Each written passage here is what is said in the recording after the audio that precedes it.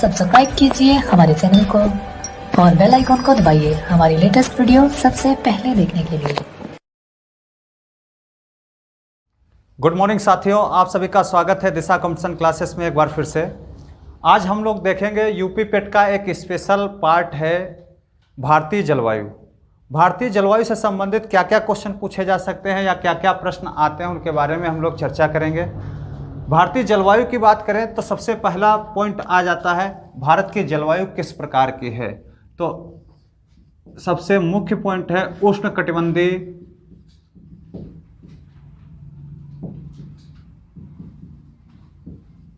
मानसूनी जलवायु।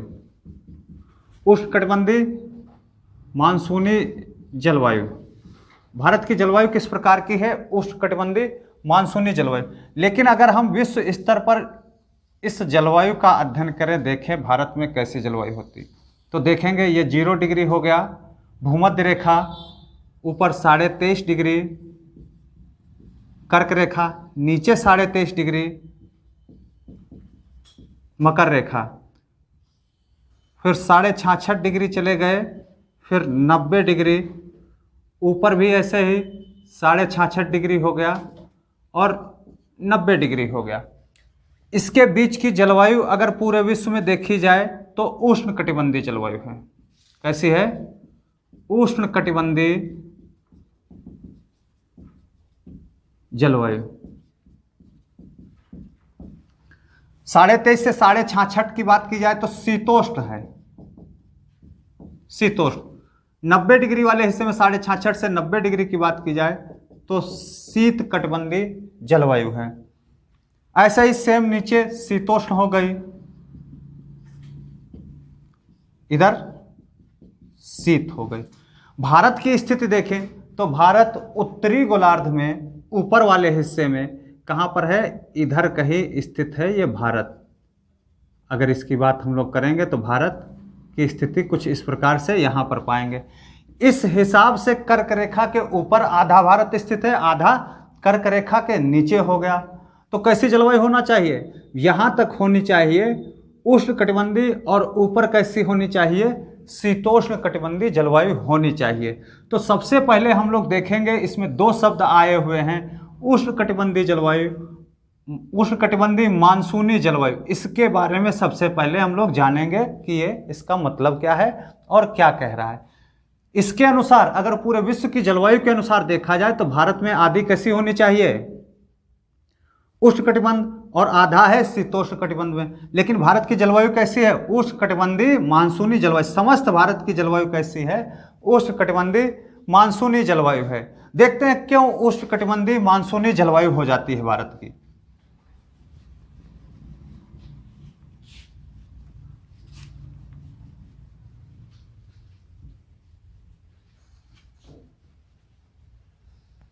अगर हम भारत को देखें तो कुछ इस तरीके से भारत का मैप बन जाता है।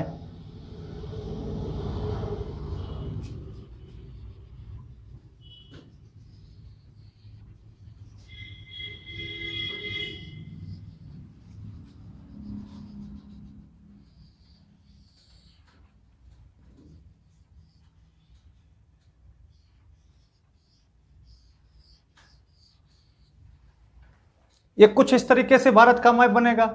इसमें अगर देखा जाए तो यहां पर हिमालय पर्वत श्रेणी स्थित है। भारत के पूर्वोत्तर क्षेत्र में हिमालय पर्वत श्रेणी है। इस तरफ अगर देखा जाए तो पूरी ये हिमालय पर्वत श्रेणी जम्मू कश्मीर के नंगा पर्वत से लेकर के अरुणाचल प्रदेश के नामचा बरवा तक पूरा हिमालय पर्वत श्रेणी यहाँ पर स्थित है। लगभग 6500 मीटर ऊंचाई के औसत ऊंचाई के साथ में यहाँ पर स्थित है। जब इस तरफ हिंद महासागर हो गया,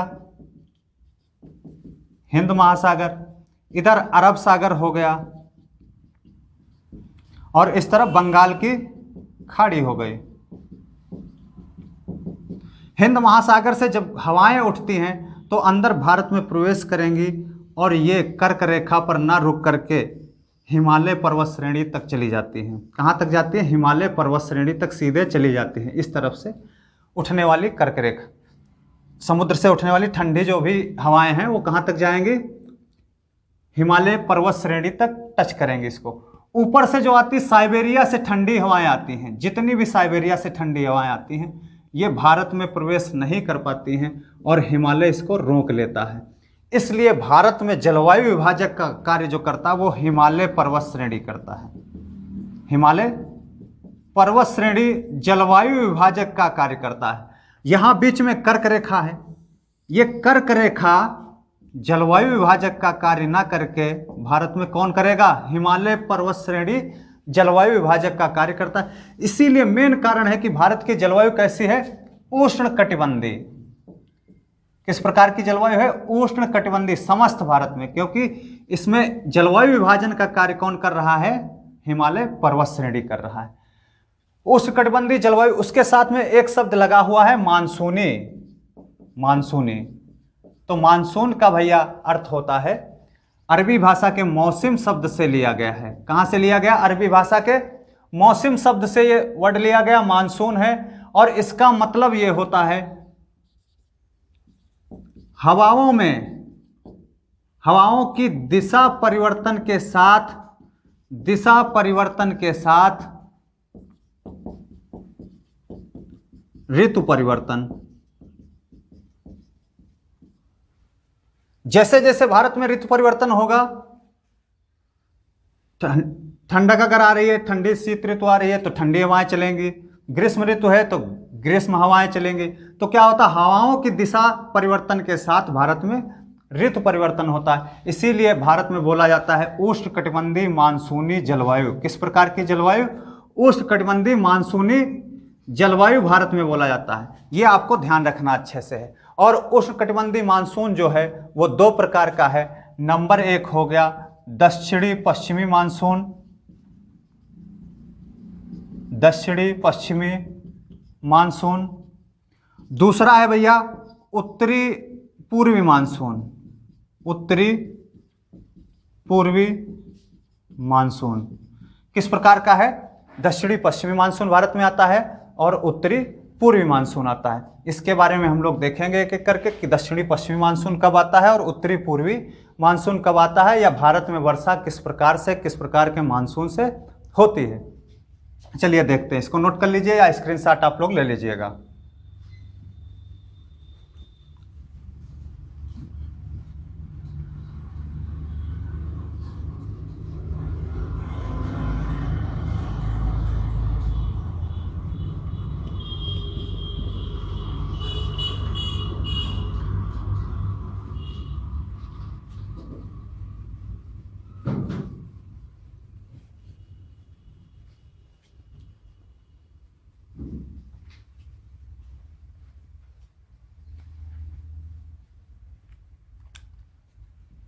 सबसे पहले हम लोग देखेंगे दक्षिणी पश्चिमी मानसून। दक्षिणी पश्चिमी मानसून, इसकी बात करेंगे। तो दक्षिणी पश्चिमी मानसून की बात अगर हम लोग करते हैं तो इसमें भारत में सबसे नीचे का हिस्सा जो है ये उठा करके देखें, हिंद महासागर से उठने वाली ठंडी हवाएं, इस तरफ से जो हवाएं चलती हैं भारत के अंदर बहती हैं, वो अपने साथ नमी ले जाती हैं और भारत में प्रवेश कर देती। मतलब ये होता, सीधे सीधे पॉइंट ये हो गया कि ये मानसून किधर से उठता है? समुद्र से स्थल की ओर। आपको याद रखना है, समुद्र से स्थल की ओर। कहां से? समुद्र से स्थल की ओर। और नंबर 2, ग्रीष्म ऋतु में आता है। कब आता है? ग्रीष्म ऋतु में आता है। हिंद महासागर से हवाएं उठती हैं। कहां से? हिंद महासागर से हवाएं उठती हैं। ये मुख्य पॉइंट हैं आपके। ग्रीष्म ऋतु में आएगा, समुद्र से स्थल की ओर चलेगा और हिंद महासागर से उठेंगी ये हवाएं। भारत में प्रवेश करती सर्वप्रथम ये 1 जून को मालाबार तट पर केरल में प्रवेश कर जाती है। सर्वप्रथम 1 जून को कहां प्रवेश करेगी? मालाबार तट केरल का जो है यहां पर प्रवेश कर जाएगी। देखते हैं इसको किस प्रकार से प्रवेश करती हैं।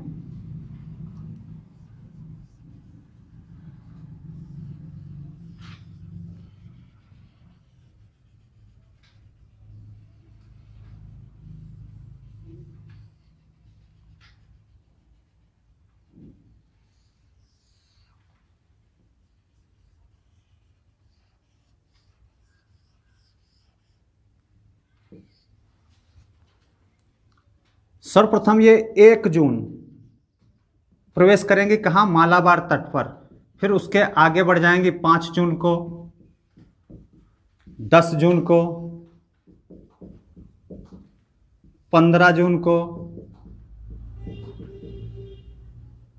1 जुलाई, इस तरीके से आगे बढ़ती जाती, और 5 जुलाई, 5 जुलाई तक जो है दक्षिणी पश्चिमी मानसून समस्त भारत में पहुंच जाता है। उसके बाद में 15 सितंबर तक खूब वर्षा कराता है। 5 जुलाई तक समस्त भारत में फैल चुका होता है ये मानसून।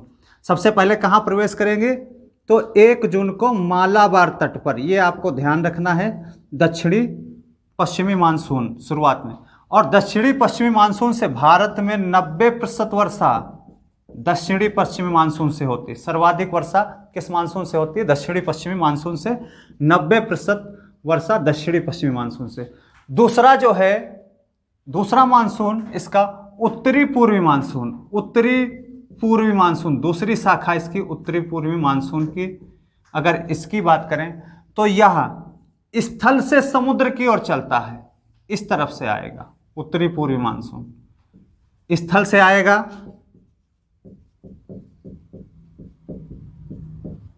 समुद्र की ओर। कहाँ, स्थल से समुद्र की ओर।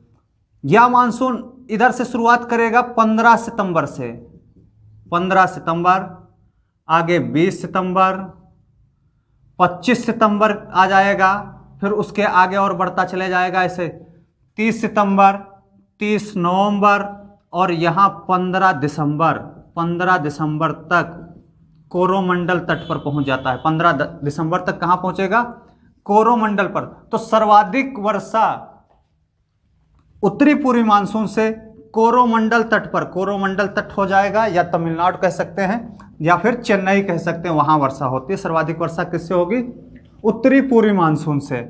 और यह कब आएगा, यह चीज आपको ध्यान रखना है, शीत ऋतु में। कब आता है, शीत ऋतु में। तो दोनों शाखाएं, इसका ध्यान रखना, कहां वर्षा कराएगा, कोरोमंडल तट पर सर्वाधिक वर्षा। और ये कहां से प्रवेश करेगा, मालाबार तट से प्रवेश करेगा।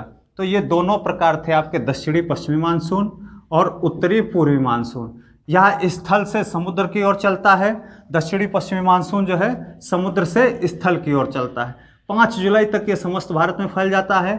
और उत्तरी पूर्वी मानसून जो है 15 सितंबर से आएगा, और इसे लौटता हुआ मानसून भी बोल देते हैं। कहाँ, 15 दिसंबर तक कहाँ पहुंचेगा, तमिलनाडु के कोरोमंडल तट पर पहुंचेगा, वहां सर्वाधिक वर्षा ये कराएगा। इसके बाद में भारत में देखते हैं कैसे वर्षा होती। दो ये मानसून हो गए। फिर उसके बाद अगर देखेंगे तो भारत में वर्षा पश्चिमी विक्षोभ या पछुआ पवने भी बहुत हद तक जिम्मेदार हैं।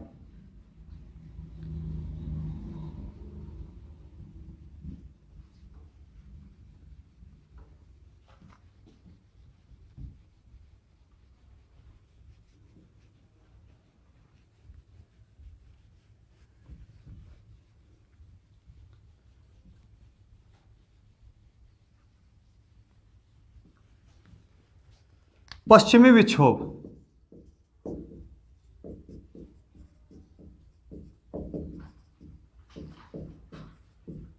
पछुआ पवने या फिर जेट स्ट्रीम,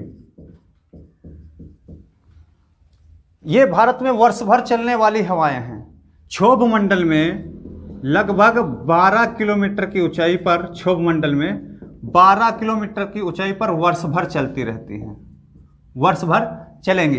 लेकिन शीत ऋतु में, शीत ऋतु में ये नीचे आ जाएंगी। कितना नीचे आ जाएंगी, लगभग 6 किलोमीटर की ऊंचाई पर नीचे आ जाती हैं। ये अपने साथ में भूमध्य सागर से, भूमध्य सागर से नमी ले लेती हैं, और भारत में जब प्रवेश करेंगी, हिमालय तट पर पहुंचेंगी, तो ये दो शाखाओं में बढ़ जाती हैं। उनको देखते किस प्रकार से शाखाएं बढ़ती हैं इनकी, देखते हैं। मैप पर अगर देखें तो ध्यान दीजिएगा इधर आप लोग।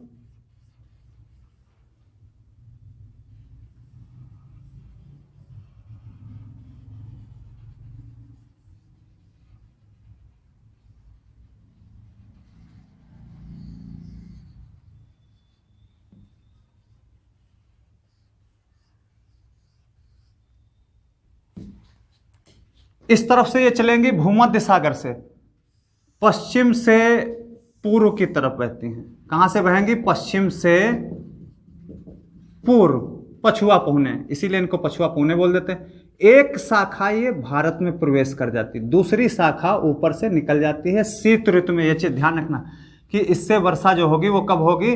शीत ऋतु में होगी। एक शाखा कहां प्रवेश करेगी? भारत में। दूसरी शाखा ऊपर से, हिमालय के ऊपर से चीन की तरफ निकल जाएगी।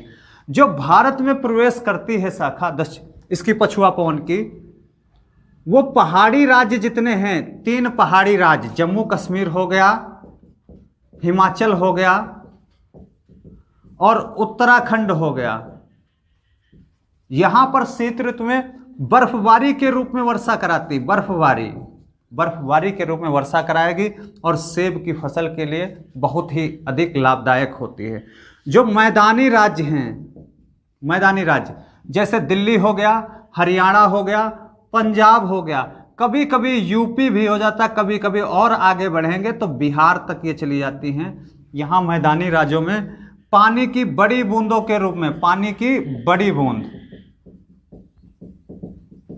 बड़ी बूंदों के रूप में वर्षा कराती है और यहाँ पर जो गेहूं की फसल होती है उसके लिए बहुत ज़्यादा लाभदायक होती हैं। गेहूं की फसलों के लिए, पहाड़ी राज्यों में किसके लिए? सेब की फसलों के लिए, और मैदानी राज्यों में किसके लिए? गेहूं की फसलों के लिए अत्यधिक लाभदायक होती हैं। तो भारत में किस प्रकार से वर्षा होती है? एक दक्षिणी पश्चिमी मानसून से 90% लगभग वर्षा होती है और 1 जून को ये प्रवेश कर जाता है भारत में।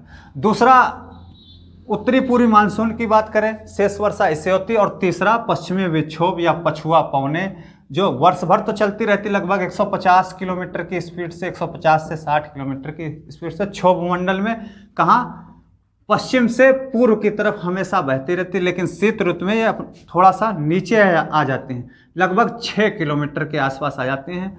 जैसे ये भारत के पास पहुंचती है, हिमालय से टकराती है और 2 शाखाओं में विभाजित हो जाती हैं। दूसरी शाखा जो भारत में प्रवेश करती है वो पहाड़ी राज्यों में क्या करेगी? बर्फबारी के रूप में वर्षा कराएगी और मैदानी राज्यों में पानी की बड़ी बूंदों के रूप में वर्षा कराएगी। ये आपका हो गया जलवायु से संबंधित चीज़ें हो गई। वर्षा कैसे होती इसके बारे में मैंने आपको बताया। इसके अगले वीडियो में मैं आपको इसके कारक जो मुख्य हैं उनके बारे में चर्चा करेंगे। आप लोग इसको नोट कर लीजिए, आपके यूपी पेट में ये 1 नंबर का जरूर आना है, जरूर पूछा जाएगा। जय हिंद दोस्तों, जय दिशा तय दिशा, धन्यवाद।